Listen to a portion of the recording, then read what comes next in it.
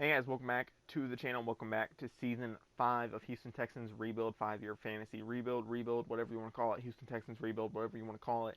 You can call it that.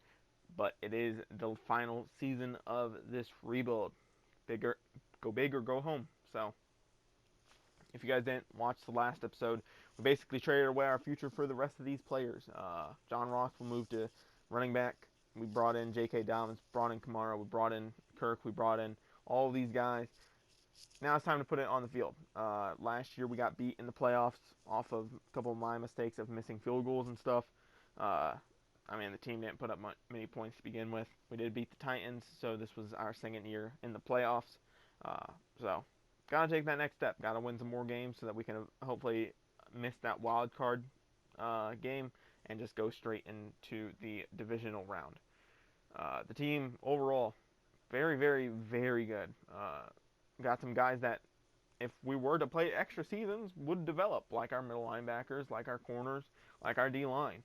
But I brought in Fletcher Cox, I brought in Stephon Gilmore, I brought in Christian Kirk to hopefully just get us over that hump, get us to that next stage just a little bit faster.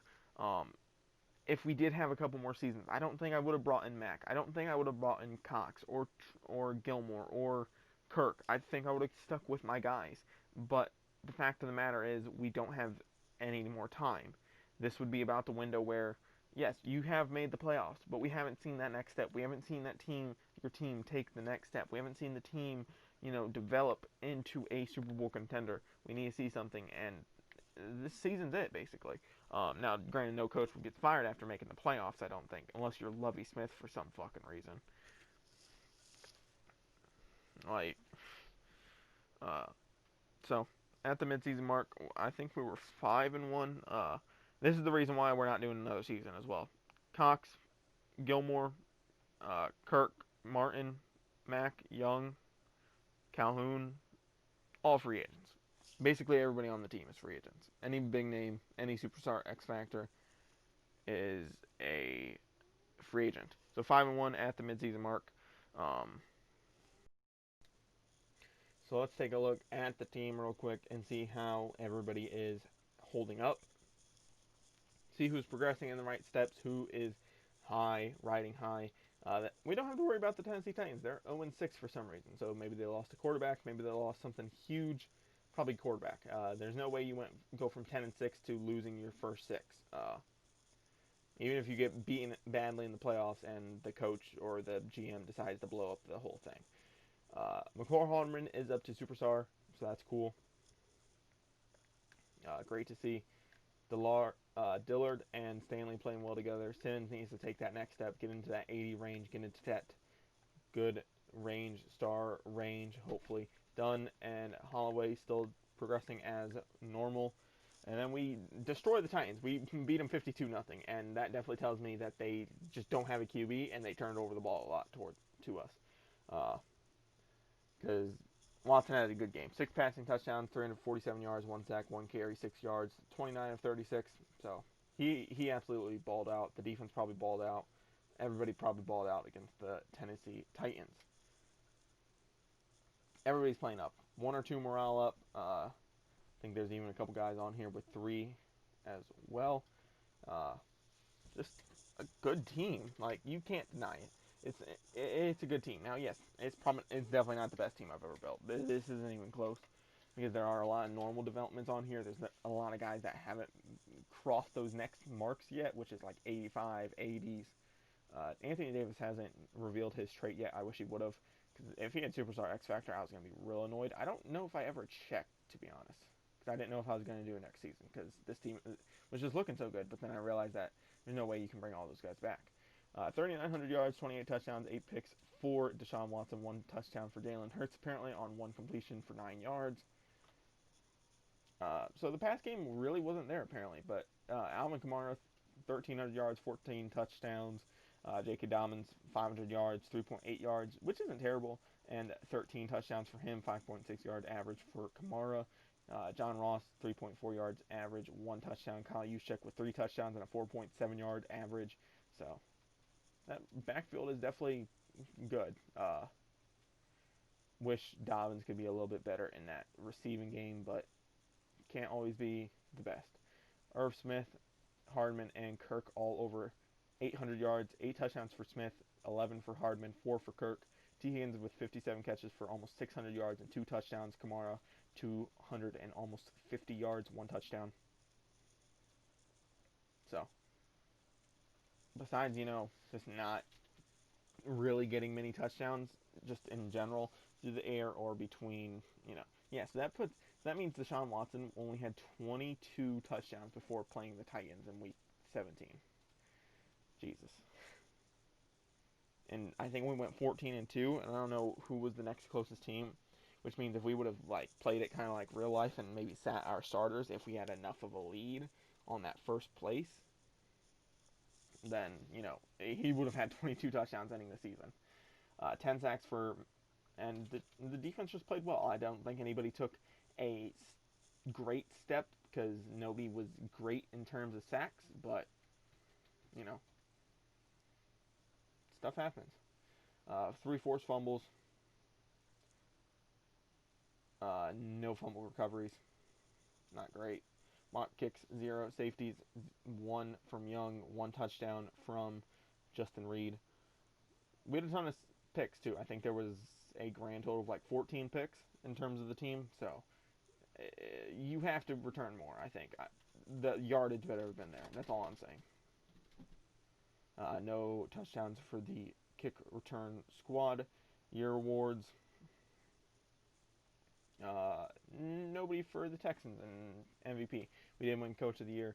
Happens to be Offensive Player of the Year. Deshaun Watson at 7. Surprised Kamara's not in there. I don't know if they took it away because of J.K. Dobbins having decent success. Whatever. Dillard on Defensive Player of the Year watch. Offensive Rookie of the Year. Nobody for us. We took a center. Stanley wins Defensive Rookie of the Year. Played very, very well as a middle linebacker. And Anthony Davis at number 6, even though he didn't get a whole ton of play time. Kamara won Best Running Back, though. That's good to see, though. Wish he would get up to Superstar X Factor with that, but probably won't. Even though he's probably one of the best running backs, and if you win Running Back of the Year, I think you should automatically get upgraded. So, I think if you win your position in either conference, I think you should just get an automatic upgrade. And then I think if you're the best running back, you should get 2 upgrades, but, what do I know? 10-0 here. Well, 10-3 in the second quarter. Cleveland kicks a field goal, 10-6 now. Us, third quarter. Still just getting all these 17-6 now. I accidentally pushed circle. Well, yeah, circle too soon. 17-14, 24-14. Getting a little close, 24-21. And we do end up winning the game. 24-21. Actually, 27-21. My bad. So, and then putting away the Cleveland Browns. They're a team that beat us, what was it, 2 years ago now at this point? So, we end up beating them, getting our revenge on them, getting our revenge on Baker Mayfield. Baker Mayfield not happy. He's very, I hate the word diva. I hate the word diva. I hate the word drama queen. He's a very emotional guy. He wants to win, so I would understand why he would be shooing away the camera guy. I would too. He just lost in a big playoff game to get to the AFC Conference Championship. So,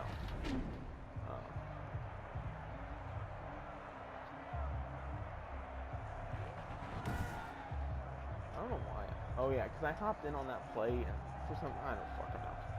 27-21, we beat them in the run game by a lot, almost over 101 yards. They had a takeaway on us, which should have won them the game. They just couldn't get it going on the run game, which means Nick Chubb did not have a good game. Super Bowl bound from Khalil Mack. I think he's real excited. I'm real excited. Got to go through the Chargers first, though. If we don't, we can't get to the Super Bowl. So, doing that, calm down just a little bit. 3-0 here early in the first quarter for the Chargers. Remember, if we go down 9 points or more, I hop in. Let's play game drive. 13-7, now 13-14 here late in the second quarter, heading into halftime. And now, slow game. 19-14 here in the third, midway through the third quarter. Just going to decline all these 17-19 now. Are winning by 2. Fourth quarter. just getting on the way. We do end up taking the lead 22-19, 27-19.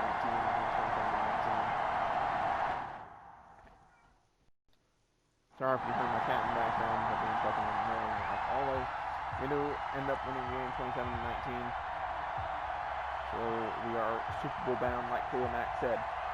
Now we just got to put it all together in that last game. Fletcher Cox and Deshaun Watson talking. Justin Herbert. If you guys haven't watched much of the NFL, or if you guys haven't watched like teams besides your own, I don't know why, but all three quarterbacks so far, Herbert. I know Tua only threw two times against the Jets, but Burrow and Herbert look amazing. Herbert looks good. I still have my worries about him. Joe Burrow, I'm worried that he's gonna get snapped in half, but overall he looks very, very good. And Tua looked good on his two passes, so it's just like, is this another, like, I don't think we're going to get a Mahomes or a Watson out of this draft, even if Burrow and Herbert both become great. I don't think we're going to get a Mahomes and Watson out of this class, but it's definitely better than recent years. Seems to want to compare it to, what was it, the 18 draft with Baker, Darnold, Rosen, Allen, and Jackson. Like, Jackson's good, but he's having injury concerns already. He hasn't played well this season. Allen still has his game. He has his up and down. Mayfield, every time he loses or gets blown out, everybody's calling for his head. Rosen's not even on his team anymore, really. And Darnold has not much. So, 31-21 here. We're down by 10. We got to make a move. We're throwing it to Boyle here after rolling out. He's going to catch it in traffic and get hit out of bounds. 3rd and 3 here. Dropping back to pass once again. Trying to find something. Nobody getting open. Trying to find. Have to throw this ball away, and they end up picking it off in the end zone. A minute 18 left. We have to get this ball back, or we will lose to the Cam Newton-led Lions. Yeah, it's kind of weird. I'm going to stop him there. I think that would be DeAndre Swift, right? 1st and 10. Play action fake, looking, trying to find somebody. Nobody getting open, trying to roll out. Trying to buy some time, finding Kirk running towards the sideline on that in route. Picks up a good chunk of change. Now 1st and 10 at their 34. Finding Irv Smith after releasing on that linebacker. Going to get upfield, but I know I need to get out of bounds or we will waste too much time. 3rd and 10 after taking 2 shots to the end zone towards Irv Smith. Can drop back, passing, finding T. Higgins one-on-one against Jeffrey Okudah. I think our guy would win that, and it does. Higgins with his first touchdown in the Super Bowl. 3rd and 10 now here. 14 seconds left. I don't know why Madden automatically goes into this Hail Mary mode. Like, you have 3 timeouts. Use them. Instead, they decide to throw 3 Hail Marys. We finally get the pick on the 3rd one. And Justin Reed will take it all the way back to the 12-yard line. We actually do try to throw a touchdown pass, but it was out the back end again. So we do end up winning the Super Bowl 35-31. We make a 15-point comeback. No, 14-point comeback, technically, because we scored 14. Late in the 4th, with 4 minutes left, we score 14 points. So, I think this team was too good to fail, and it ends J.J. Watt's career on a good thing. Khalil Mack gets a Super Bowl. Stephon Gilmore gets another Super Bowl. Fletcher Cox gets another Super Bowl. Christian Kirk gets one for him. Juszczyk gets one for him. I don't know if he was a part of the Ravens squad in 2011. I don't think he would have been. Wait, no, he's like 30-something, isn't he, right now? So he might have been. Who knows? No. Would that have been Vontae Leach? Would it have been? I fucking don't know. If he was, then he got into his 2nd Super Bowl. No, he would have got to his 3rd Super Bowl, won his 2nd Super Bowl. So, Nick Boyle with a Super Bowl. T. Higgins with a big catch in the Super Bowl. Sean Watson wins player of the game, so he wins Super Bowl MVP, 3 touchdowns, 1 pick, over 240 yards. Tunsil and a linebacker talking for whatever reason. I think it would have been like Cam Newton congratulating Watson, or even like one of our linebackers, one of their linebackers talking to maybe like Kamara or something. Me personally, I'd rather have Kamara up in the front than any of those guys. I would have rather had like J.J. Watt up there with Deshaun Watson, Kamara, and like Justin Reed. So J.J. Watt really decides to retire this time. He's like, I'm done. I want a Super Bowl. This is what the whole goal was. I don't think I have much left in me, even though he would have been about an 85 with Superstar X Factor. And Khalil Mack here says that was a great way to send J.J. Watt off. But with that being said, guys, don't forget to like, comment, subscribe, all the fun stuff, turn on post notifications. And like I said, all these guys would have been free agents, so it would have been basically impossible to bring all of them back. I think if I did the calculations correct, I think I could have brought 3 back. So, but that being said, guys, I'm out. Peace. Don't forget to like, comment, subscribe.